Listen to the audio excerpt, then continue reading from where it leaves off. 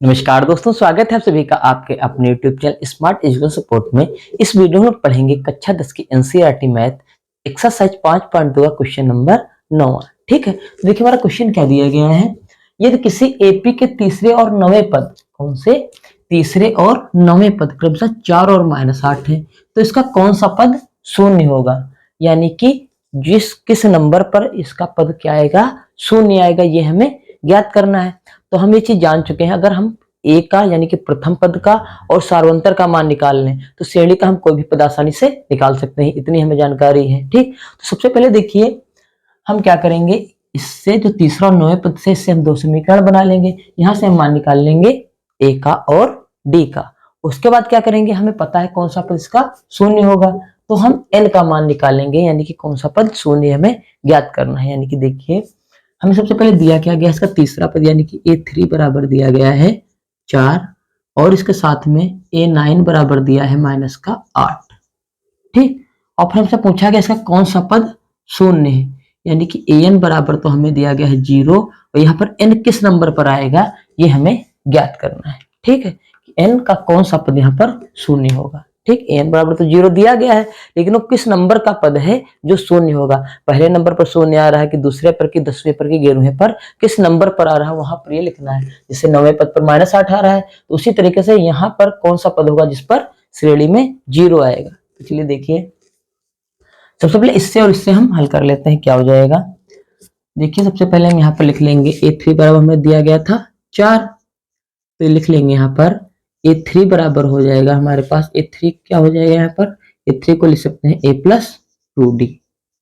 ठीक, तीसरा पद को ऐसे लिखा था बराबर 4, समीकरण बन गई हमारी 1।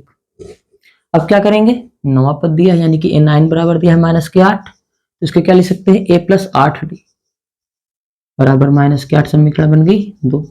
समीकरण 1 और 2 को हल करेंगे, यानी कि समीकरण 2 से समीकरण 1 को घटाएंगे, घटाइए तो यहाँ पर हो जाएगा A+8D बराबर -8। समीकरण 2 से घटा रहे हैं समीकरण 1 को, तो 1 वाली लिखेंगे नीचे और लिख लेंगे बराबर 4।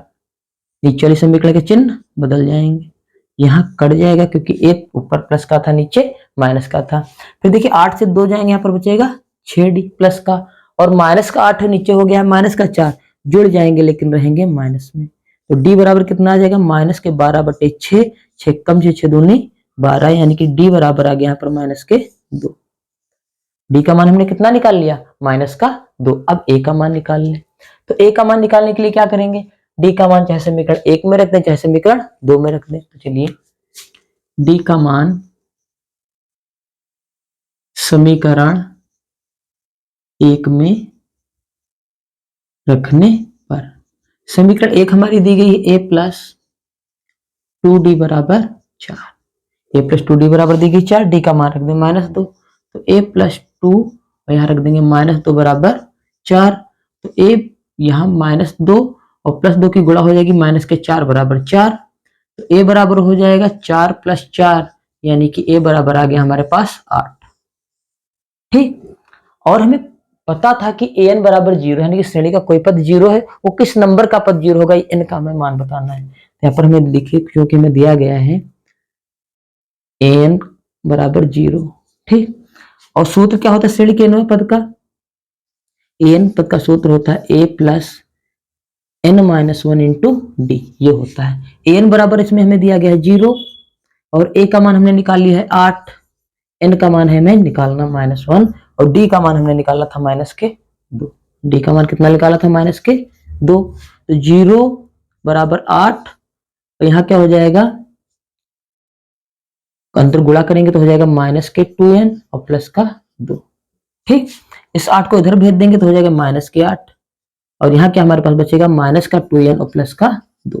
ठीक, इसको इधर का हम लिखना चाहे लिख सकते हैं, कितना आ गया हमारे पास -8 और ये 2 इधर भेज देंगे तो हो जाएंगे ये भी -2 बराबर, इधर हमारे पास बचा -2n। तो यहाँ पर माइनस माइनस दोनों हैं, जुड़ जाएंगे, क्या हो जाएंगे -10। जब माइनस माइनस के दोनों होते हैं जुड़ जाते हैं लेकिन आते हैं माइनस में, तो -10 हो गया और यहाँ हो गया -2n। ठीक, माइनस माइनस कट गया, n बराबर आ जाएगा 10/2, यानी कि n का मान आ जाएगा 5। ठीक, यानी कि जो हमारा पद है an बराबर 0, कौन सा पद है, 5वें नंबर का पद, यानी कि a5 बराबर होगा 0। ठीक है, यहां पे लिख सकते हैं, इसलिए इस AP का 5वां पद 0 होगा। यही हो जाएगा हमारा आंसर। ठीक है, कौन सा पद 0 होगा, 5वां पद 0 होगा। ठीक है, इस प्रकार से हमारा सवाल कंप्लीट हो जाता है। अगर आप चाहें तो इसका स्क्रीनशॉट भी ले सकते हैं। ठीक है, आई होप आप लोग क्वेश्चन समझ में आ गया होगा। अगर क्वेश्चन समझ में आ गया है तो जल्दी से कमेंट बॉक्स में हमें कमेंट करके बताइए। अगर कोई भी प्रॉब्लम है तब भी आप हमें कमेंट करके जरूर बताइए। और अगर वीडियो अच्छा लगा तो वीडियो को लाइक कर लीजिए, चैनल पर नए चैनल को सब्सक्राइब कर लीजिए। वीडियो देखने के लिए बहुत बहुत धन्यवाद। Thank you very much.